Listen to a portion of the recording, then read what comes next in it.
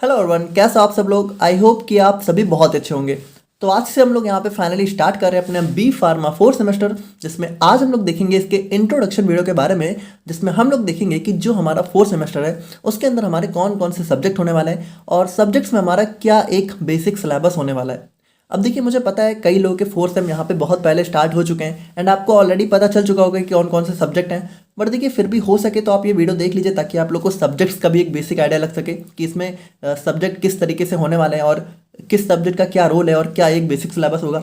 But still अगर आप लोग बहुत ज़्यादा जल्दी में हैं, बिल्कुल भी नहीं देखना चाहते हैं, बहुत बिजी हैं, तो आप इसका लास्ट पार्ट देख लीजिए। टाइम इस टाइम में आप लोग को मोस्ट इंपॉर्टेंट पॉइंट्स के नाम से लास्ट पार्ट मिल जाएगा, वहाँ पे देख लीजिए। वहाँ पे कुछ इंपॉर्टेंट क्वेश्चंस हैं, मैंने आप लोगों से पूछे, आप उसका आंसर कर दीजिए कमेंट में। और बाकी जिन्होंने नहीं देखा है वो यहाँ पे पूरा वीडियो देखिए। तो देखिए, अगर हम लोग यहाँ पे बात करें अपने फोर्थ सेमेस्टर के बारे में, तो फोर्थ सेमेस्टर आपकी बी फार्मेसी में एक बहुत ज़्यादा इंपॉर्टेंट सेमेस्टर होने वाला है, जिसमें यहाँ पे आप लोग की एक्चुअल फार्मेसी स्टार्ट हो रही है। देखिए, अभी तक आप लोगों ने जो भी सब्जेक्ट पढ़े वो जरूरी थे फार्मेसी में, लेकिन उनका फार्मेसी से बहुत ज़्यादा एकदम डायरेक्टली लेना देना नहीं था। अगर हम लोग फार्मास्यूटिक्स को थोड़ा सा हटा दें, ठीक है, तो अभी तक आप लोगों ने जो भी सब्जेक्ट पढ़े उसका फार्मेसी से डायरेक्टली कोई लेना देना नहीं था, है ना। एचएपी चलिए मान लीजिए थोड़ा बहुत था, लेकिन बाकी सब्जेक्ट्स थोड़ा सा एक कम, मतलब कह सकते हो कॉम्प्लीमेंट्री सब्जेक्ट्स थे। लेकिन यहाँ पे आप लोग के जो सब्जेक्ट्स स्टार्ट होने वाले हैं, जैसे कि हमारा फार्माकोलॉजी हो गया, फार्माकोग्नोसी हो गया और हमारा मेडिसिनल केमिस्ट्री हो गया, ये सब्जेक्ट्स आप लोग के एक्चुअल फार्मेसी में रोल प्ले करने वाले हैं। मतलब यहाँ से आप लोग की एक्चुअल फार्मेसी स्टार्ट होती है, जहाँ पे आप लोग एक्चुअल में दवाओं के बारे में पढ़ोगे, है ना। देखिए, फार्मेसी का मेन मतलब क्या है भाई, हमें दवा के बारे में पढ़ना चाहिए, और वो आप लोग यहाँ से स्टार्ट होगा, ठीक है। यानी फार्माकोलॉजी जो मेन सब्जेक्ट हमारा होने वाला है फोर्थ सेमेस्टर में, यहाँ से आप लोग की फार्माकोलॉजी स्टार्ट हो रही है, जिसके आप लोग को 3 पार्ट पढ़ने हैं, ठीक है। जिसका पहला पार्ट आप लोग को फोर्थ सेमेस्टर में, दूसरा आप लोग को फिफ्थ में एंड थर्ड आप लोग को फाइनली सिक्स सेमेस्टर में पढ़ना है। तो यहाँ से आप लोग का एक बहुत इंपॉर्टेंट सेमेस्टर स्टार्ट हो रहा है, जहाँ से अगर आप देखें तो जो भी हमारे फार्मेसी फील्ड में जितने भी टाइप के कॉम्पिटिटिव एग्जाम्स भी होते हैं, उन सभी में भी ये सब्जेक्ट्स यहाँ पे बहुत मेजर रोल प्ले करते हैं। तो देखिए, सबसे पहले हम थोड़ा सा देखते हैं। तो सबसे इंपॉर्टेंट चीज़ ये है कि अब आप लोग के यहाँ पे सब्जेक्ट्स थोड़ा सा बढ़ गए हैं। यहाँ पे आप लोग को पढ़ना होगा इस बार 5 सब्जेक्ट्स के बारे में, ठीक है। अभी तक आप लोग यहाँ पे 4 सब्जेक्ट पढ़ते हुए आ रहे थे, कुछ आप लोग के इंटरनल एक्सटर्नल बढ़ जा रहे थे। हालांकि AKTU वालों को पिछले साल भी, मतलब थर्ड सेम में भी 5 सब्जेक्ट पढ़ने पड़े थे, बट यहाँ पे देखिए इस बार आप लोग को 5 सब्जेक्ट हर यूनिवर्सिटी वालों को पढ़ने हैं, जिसमें सबसे पहला सब्जेक्ट हमारा हो जाता है फार्मास्यूटिकल ऑर्गेनिक केमिस्ट्री थर्ड। तो जी हाँ, ये हमारी ऑर्गेनिक केमिस्ट्री का होने वाला है लास्ट पार्ट, जिसके बाद आप लोग का ऑर्गेनिक से पीछा छूट जाएगा, लेकिन केमिस्ट्री से पीछा नहीं छूटेगा, क्योंकि यहाँ से ऑर्गेनिक तो खत्म हो रही है, लेकिन एक नई केमिस्ट्री आप लोग के साथ जुड़ने वाली है, जो कि हमारा मेडिसिनल केमिस्ट्री।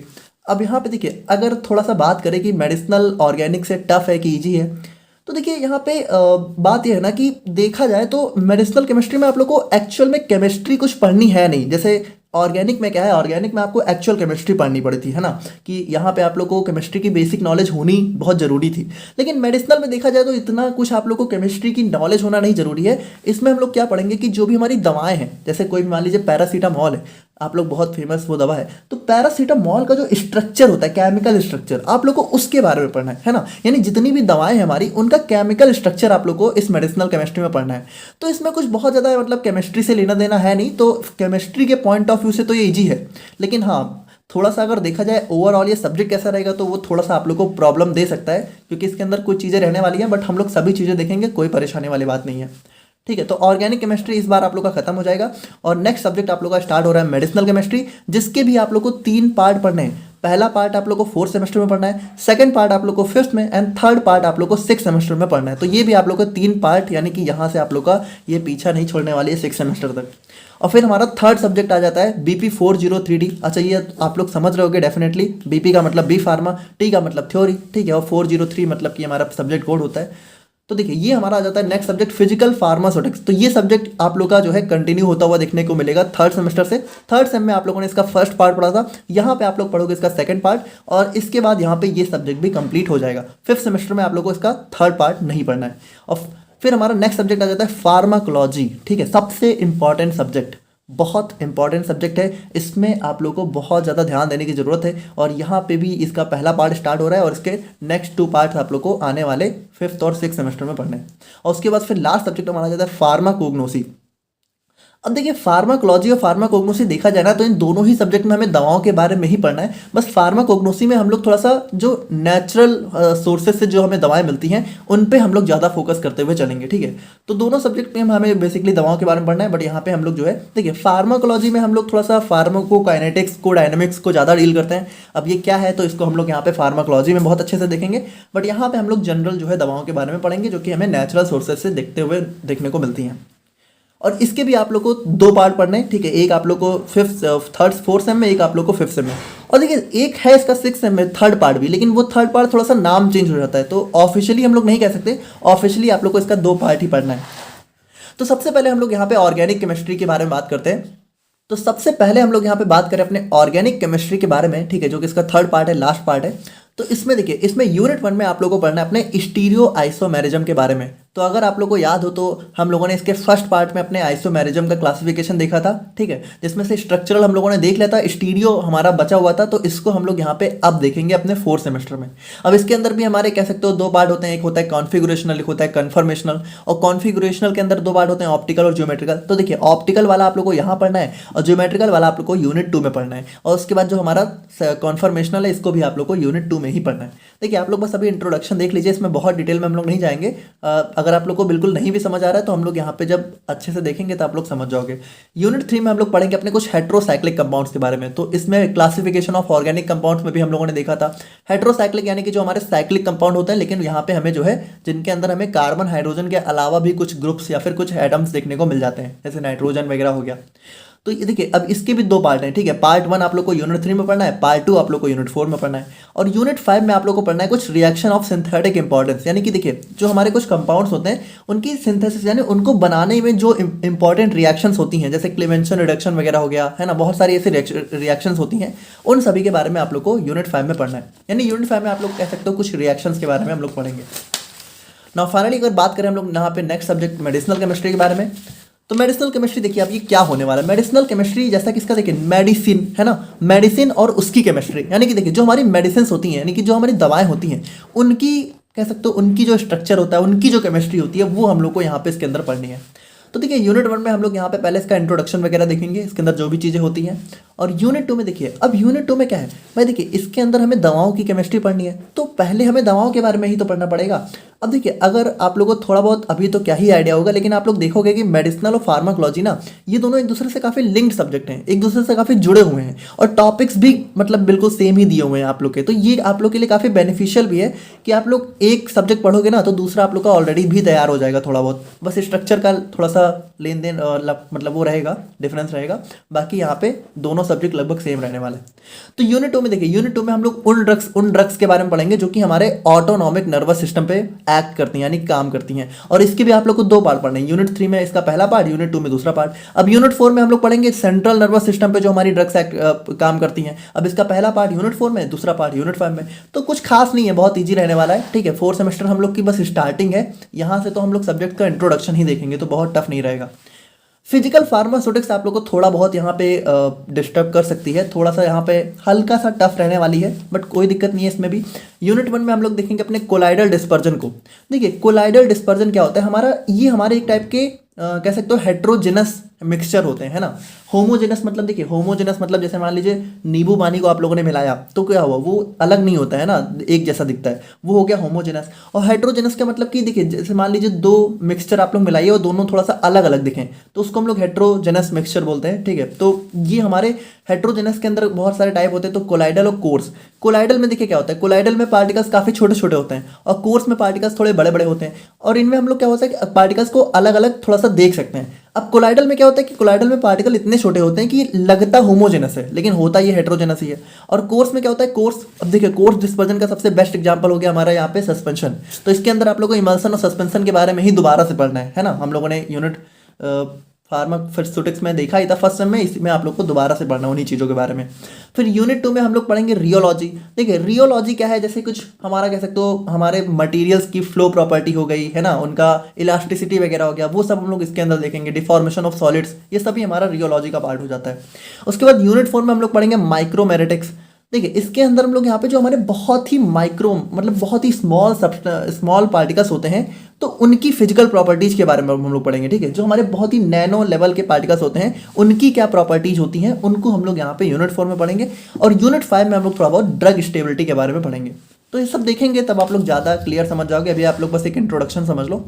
और फार्माकोलॉजी की बात करें तो देखिए फार्माकोलॉजी में सबसे पहले यूनिट 1 और यूनिट 2 में हम लोग पढ़ेंगे अपने जनरल फार्माकोलॉजी के बारे में। इसमें हम लोग देखेंगे कि फार्माकोलॉजी एक्चुअल में क्या होती है, कैसे हमारी दवा काम करती है, हमारी बॉडी में कोई दवा जाके एक्चुअल में काम कैसे करती है, हमारी बॉडी का दवा पे क्या रिस्पॉन्स होता है और दवा का बॉडी पे क्या होता है ना, वो सभी चीज़ें हम लोग यहाँ पे देखेंगे। उसके बाद यूनिट 3 में हम लोग देखेंगे हमारी जो भी दवाएं हैं जो कि पेरिफेरल नर्वस सिस्टम। अब देखिए पेरिफेरल नर्वस सिस्टम के अंदर ही हमारा एएनएस आ जाता है, तो ये है वही, लेकिन यहाँ पे थोड़ा सा आप लोग कह सकते हो ओवरव्यू करके पीएनएस दे दिया गया है। तो हम लोग पेरिफेरल नर्वस सिस्टम पे जो भी दवाएं एक्ट करती हैं उनके बारे में पढ़ेंगे। और यूनिट 4 और यूनिट 5 में हम लोग यहाँ पे सेंट्रल नर्वस सिस्टम पे जो दवाएं एक्ट करती हैं उनके बारे में हम लोग यहाँ पे देखेंगे।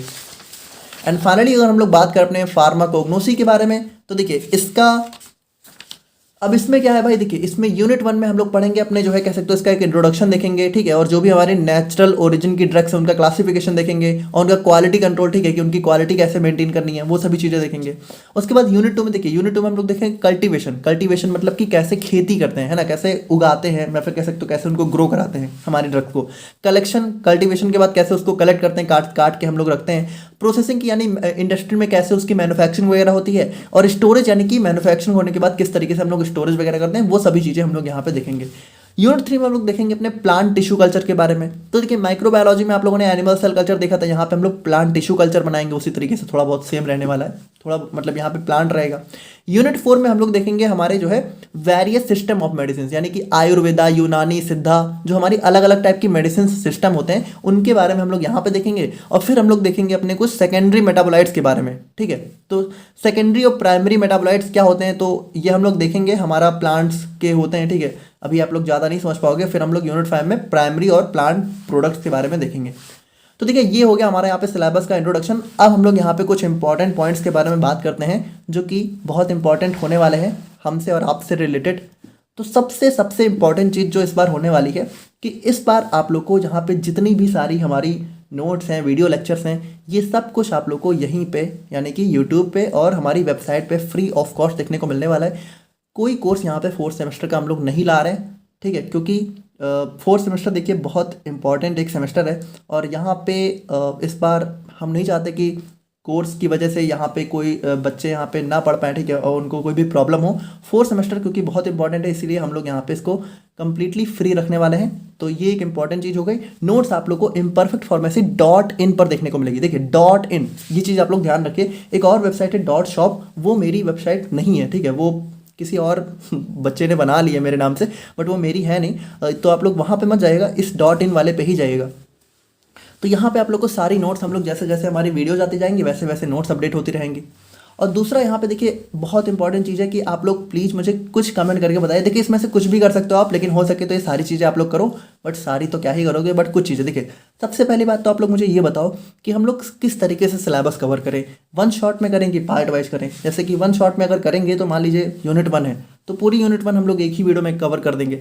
अब हालांकि देखिए 1 शॉट हम लोग करेंगे तो थोड़ा एग्जाम सेंट्रिक होकर ज़्यादा करेंगे, एग्जाम पे फोकस करके करेंगे। हम लोग क्वेश्चन वाइज करेंगे कि 1 शॉट हम लोग अगर देखेंगे तो हम लोग ऐसे देखेंगे कि आप लोग का क्वेश्चन किस तरीके से आते हैं, और एग्जाम में थोड़ा सा एग्जाम पे हम लोग ज़्यादा फोकस करेंगे। और पार्ट वाइज तो देखिए पार्ट वाइज में क्या है कि पार्ट वाइज हम लोग फिर ज़्यादा डिटेल में जाएंगे, लेकिन फिर वहाँ पे ये है कि थोड़ा सा हो सकता है टाइम ज़्यादा लग जाए, सिलेबस ना कंप्लीट हो पाए। तो ये एक चीज़ हो सकती है। तो आप लोग बताइएगा 1 शॉट या पार्ट वाइज। दूसरा देखिए आप में से कई बच्चों के मुझे नाम नहीं पता है, ठीक है, आप में से कई लोग वैसे देखिए आप लोग में से ज़्यादातर लोग जो कमेंट करते रहते हो तो मुझे याद है, उनकी आइडिया मुझे याद रहती हैं, ठीक है, लेकिन फिर भी आप लोग मुझे अपना नाम कमेंट करके बताइए, अपनी सिटी कमेंट करके बताइए, अपना स्टेट कमेंट करके बताइए, कुछ भी बताइए, ठीक है, अपनी यूनिवर्सिटी कमेंट करके बताइए। सबसे इंपॉर्टेंट देखिए मुझे आप लोग को पढ़ाते हुए भी कई सारी यूनिवर्सिटी का नाम पता चला, पहले तो मुझे पता ही नहीं था, जैसे AKTU, RGPV, DBATU, MAKAUT, GTU, RUHS।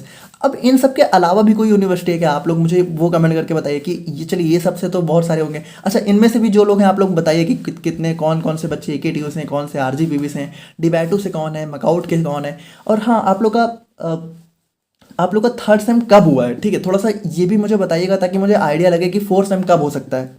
और फिर आप लोग सबसे इंपॉर्टेंट चीज़ ये बताइए कि किस सब्जेक्ट से हमें स्टार्ट करना चाहिए। वैसे मेरा मन तो है कि फार्माकोलॉजी से करते हैं, बट अगर किसी और सब्जेक्ट से करना है तो आप लोग वो भी कमेंट करके बताइए। तो करिए कमेंट, कुछ तो करिए, मतलब इसमें इतने सारे मैंने आप लोग को ऑप्शंस दिए हैं, कुछ तो कमेंट करके बता ही दीजिए। या फिर आप लोग बहुत एरोगेंट हो, आप लोग बिल्कुल कमेंट नहीं करना चाहते हो, इतने आप लोग के अंदर वो है तो कोई बात नहीं, आप लोग मत करिए, बट अगर है तो थोड़ा बहुत करिएगा। और बाकी बाकी क्या, मिलते हैं नेक्स्ट वीडियो में। Thank you so much.